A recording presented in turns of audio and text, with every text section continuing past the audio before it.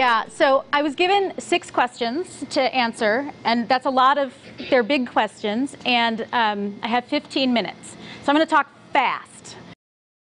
So this is a little kind of summary of my path. LUXr is my most recent company, and it really draws upon all of the experiences that I've had, and it's, I say 15 years in Silicon Valley, but the truth is that it's more like 20. For 5 years, I was an editor of a video games magazine, and while that's not web stuff, it does count as being in Silicon Valley. So, but it makes me feel younger to say 15 years. Adaptive Path is now 12 years old. It's internationally famous in its industry. It's one of the leading companies. And Netscape, at the time that I was there, it was the fastest growing startup in history. It was kind of like the Facebook of its time. When I started at Netscape, there were 2 buildings. I was employee 750. And when I left, 14 months later, there were 35 buildings. 35. So it was quite an adventure. I'm also currently an advisor to a number of startups, and these are some of the companies that I advise. Please feel free to follow me on Twitter. Clever Girl is my name pretty much everywhere on the web. I've been Clever Girl since 1997, so be careful. I'm going to be 85 years old with dangly arms, and I'm still going to be Clever Girl. So choose your usernames wisely. That's my advice to you. So one of the questions that I was asked to answer was, what do I do in my spare time? I'm an entrepreneur, and entrepreneurs do work, and we're kind of consumed by our work. And that's true, but the truth is that we also have lives. And this has been my life for the last 10 years. I got pregnant 3 months after starting Adaptive Path. My husband and I had just moved into a house, and there you go, and you start a company and then you have a family. So that was him a long time ago, and that's him last summer. He's now 10, and I would rather hang out with my kid than go to Paris. Like, I can't tell you like that. So for me, that's right now what my life is like. Before that, I did other things. I had a social life. I also had no idea that I was going to do this, but I started the PTA at his elementary school when he went into kindergarten. And I'll tell you, that was much harder than starting a company. Yeah. I'm also an artist, not a very good one, but it is how I keep my feet on the ground. I will lose myself in artwork. I paint and I do collage, and so that's how I spend my time. I was asked to tell a little bit of the story of how I ended up in technology. I was an English major in college, but only for my senior year of college. Before that, I really wanted to be in biotechnology.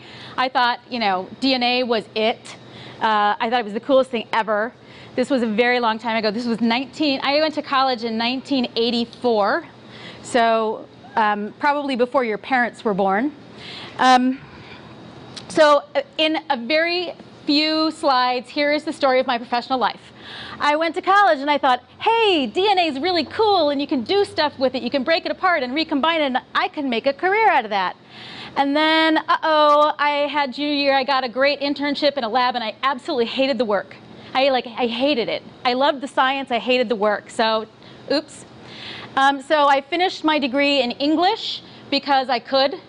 It didn't add a lot of time to leave the college that I was in and end up in the English department. So I finally graduated, whee! And you'd think, the well-planned career over here, or me. I took the only job that was offered to me. I got paid $19,000 a year, and I lived in rural Ohio at a small bank. And it turned out I was a really lousy banker. Yeah, not a good fit. So a year later, I followed my boyfriend to New Hampshire, because who doesn't want to go from Ohio to New Hampshire? So it turned out that was not necessarily a bad idea, because I got really lucky. And you want to know how I got lucky?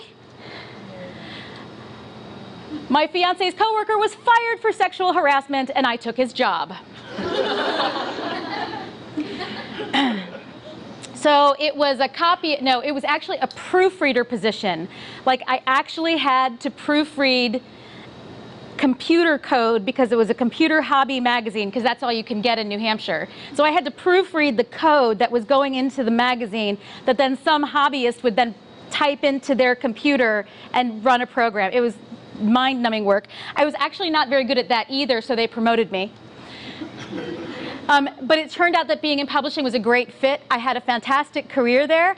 I got to start a new magazine. This was right about the time Wired was started, and we launched a competing magazine. And while that one didn't go, it was exciting to do something new. And that's where I can start to see the origins of my entrepreneurial zeal. But I found my passion. I found my drive completely accidentally. I want to emphasize that none of this was well planned. All of this was just being open to opportunity and saying yes. I found my way into high tech. Who knew that an English major would end up in high tech? I have no idea. Like, I would never have chosen that, but I was really, really lucky. Again, I was very lucky because I was on a list to be laid off. My magazine was dying, and I was number 30 on a list of 30 people who were going to get laid off. And so there you go. But it turned out, you'd think it was a bad thing, but it turned out to be really, really lucky, because my husband got a job offer to go to San Francisco from New Hampshire, and we said yes. So we okay, literally he got a job offer December 2nd, and we were here with all of our possessions by Christmas Eve. So, and I had never been west of the Mississippi River, and it is a big freaking country. So I just said, you know, I don't have to live in New Hampshire. I can get in a car and go over there. We had no apartment. I didn't have a job. I just believed that I could figure it out because I'm that person. So he gets a job offer. That was luck plus plans. We were looking for opportunities in Boston and San Francisco. So there was a little bit of planning there. So I can start to feel like I'm taking a little more control over my life. I ended up getting a job offer from a magazine here in video games. And that's how I ended up starting my career in Silicon Valley. It was awesome. I doubled my salary instantly. It was a fantastic opportunity. I got to start things. It was impressive.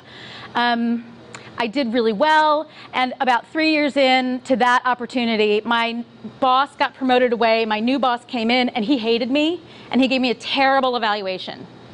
Just pulled the rug out from under me. I thought I was doing a great job. I had had all 5s on a scale of 1 to 5 every year until this guy came in, and then I was 2s. And if you ever had if you ever get a 2 on an evaluation, you're like, oh my God, I'm really awful. I should just die now.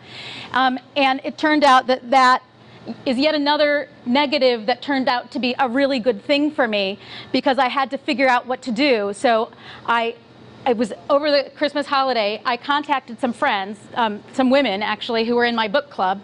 And one of them was in HR, and I was like, well, what do? I got this terrible evaluation. And she's like, I don't know, what do you want your life to be? And I got really strong. And I wrote a rebuttal to my evaluation. I got myself made an assistant to the webmaster. The web was brand new then. So I turned this negative into this tremendous opportunity. I learned HTML, and I called a friend of mine who had gotten the job as editor-in-chief of the Netscape website. And I arranged for my own layoff. So I got hired at what was then the hottest startup in history. I started at Netscape in January of 1996. I already told you about the going from 2 buildings to 35 buildings. It was such a profound shift for me. I was finally working with people who wanted to reinvent the future. Now at this point, I'm 30 years old. So you guys are probably, I don't know, 15, 16, 17, I don't know, something. I was twice your age when I found myself in the situation you're in now. You're surrounded by people who are interested in changing the world by reinventing what is possible. And that's the hope of the future, right? You have in your hands the ability to reinvent the world through whatever startups you invent yourself. It took me a long time to find my way there, but I did, and I'm grateful. So again, woohoo, huge pay increase, awesome. I felt lucky, lucky, lucky. I was surrounded by brilliant people. I found my way to a new career. I shifted from magazine editing, which was fine, to the internet, and the internet was new and amazing, and I knew that I wanted to be part of it forever. So after a year and some at Netscape, I had to figure out, do I want to stay, get a different job? You know, it was kind of time to move on. So I took a big risk. I quit my job to become an independent consultant, which is actually done really frequently now. But at the time, I only knew 2 or 3 people who had ever been an independent consultant. And so for me, it felt like jumping off a cliff.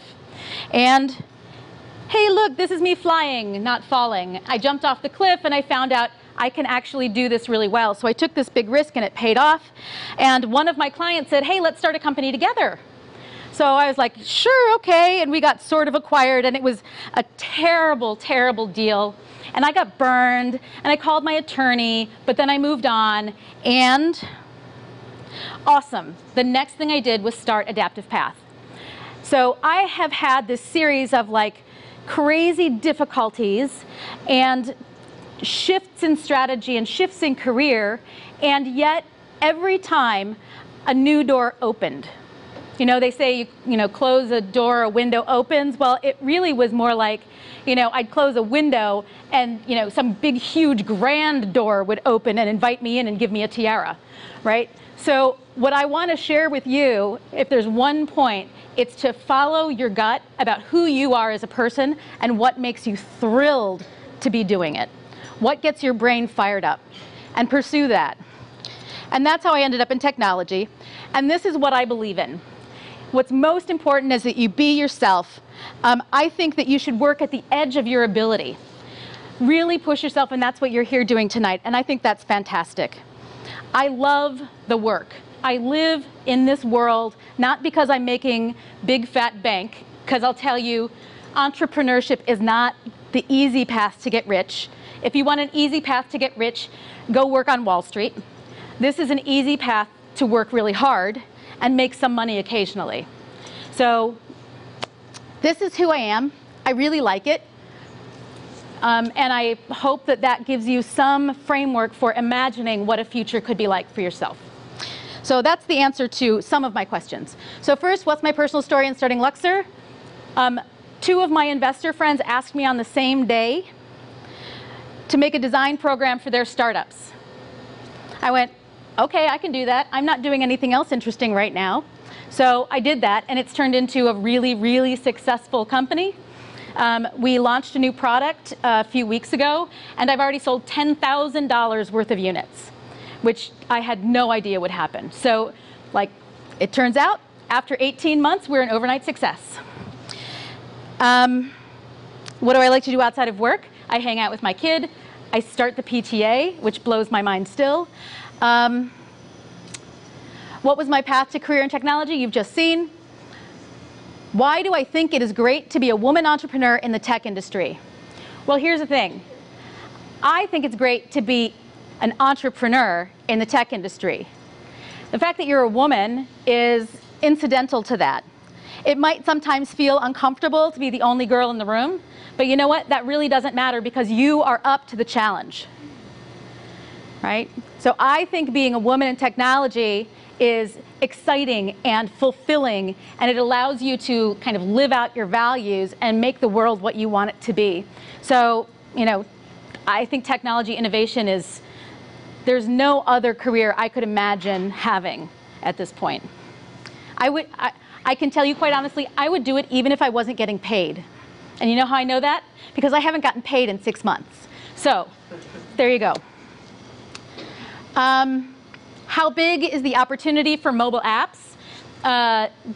Well, as big as the universe. Like, there is no limit, I think. It is burgeoning. It will continue to be huge. Mobile is, you know, like desktop computing is, you know, fine, all well and good. Billions of dollars will be made in companies doing desktop computing, but mobile is new. It's still evolving rapidly. We have no idea where it's going to end up, so it's a limitless opportunity space right now. So that's my answer to that. And finally, number 6, I have 1 minute left. How do you know that you have a product that your users will buy? Oh my God, this is such a good question. This is the good question for any early entrepreneur. And the answer lies in a method called customer development. And I don't know if this is something you go over, but you will go over. So you will learn the answer to that question. What customer development says is that you get to know the people you're making your application for. You find out what their life is like, what their needs are, what their goals are, and you begin to imagine how your product vision can help them to have that set of goals and needs met. So your value proposition, it's one of the things that you put in a pitch deck, your value proposition. So the value proposition is the intersection of a real person's real needs and goals and your vision for business. And finding that intersection is the core of customer development. So that's a lot of jargon, but basically what you need to do is understand a person who you want to make a product for by interviewing them with open-ended questions. You learn about them, and then you imagine the kind of thing that would help them solve whatever that problem is or take advantage of whatever opportunity is in front of them. So product market fit and pivots and all of that is just a bunch of startup jargon. What it just really means is understand people, make something they need and want, and then they will love to buy it. So I think I did it perfectly in time. Good? Thank you. So why don't we take some questions for Janice? Any questions? Yes. What is LUXr? Oh, that's a great question. I forgot to answer that one because it wasn't on my list of 6 questions. So LUXr stands for the Lean User Experience Residency. It started as a 10-week program. I would have 5 companies come to my studio 1 day a week for coaching as they develop their product. The teams would pay $13,000 for this, and we'd have 5 teams together. So we start one on Friday. We have a residency beginning on Friday, and they just come and get a lot of coaching and a lot of methodology about how to do product development. What we've now launched is a series of lessons in a box. So we're taking everything we've learned from the residencies and making it available in a broadly distributable format so that anyone anywhere in the world at a much lower price can purchase a lesson or a set of lessons about how to make your startup. So that's what LUXr is. Yes?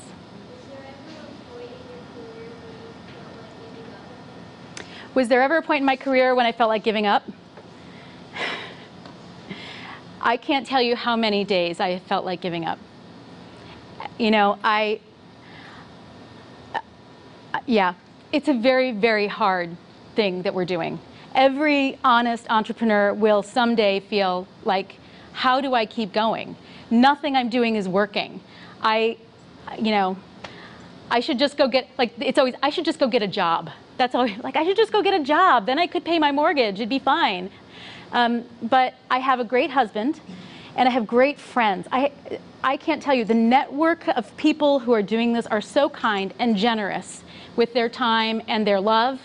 And so, you know, I go have coffee with someone, or I meet a friend for a drink and I complain about whatever's going wrong. You know, and I once raised a lot of seed money for a company that I started in 2007. I raised $800,000 from some of the best people on the planet. Mitch Kapor being one of them. Somebody here, I was talking about Mitch Kapor. And I lost all their money, gone. I laid off everybody. I loved this product. I loved, these people meant so much to me, and I let them all down. And that's what it's like to be the CEO of a company. You bear that responsibility and that burden. And you know what? Everyone understood. Everyone, including my investors. They know the risk they're taking better than I did. And it felt horrible. But you get up and you're like, all right, well, that didn't work. Okay, let's try something else. And it was in the aftermath of that it was Mitch Kapor who approached me and one other investor to start a design program for their companies. So out of the bad things that happen, something wonderful happens in turn. So that was like the window closed. I was sad. You know, I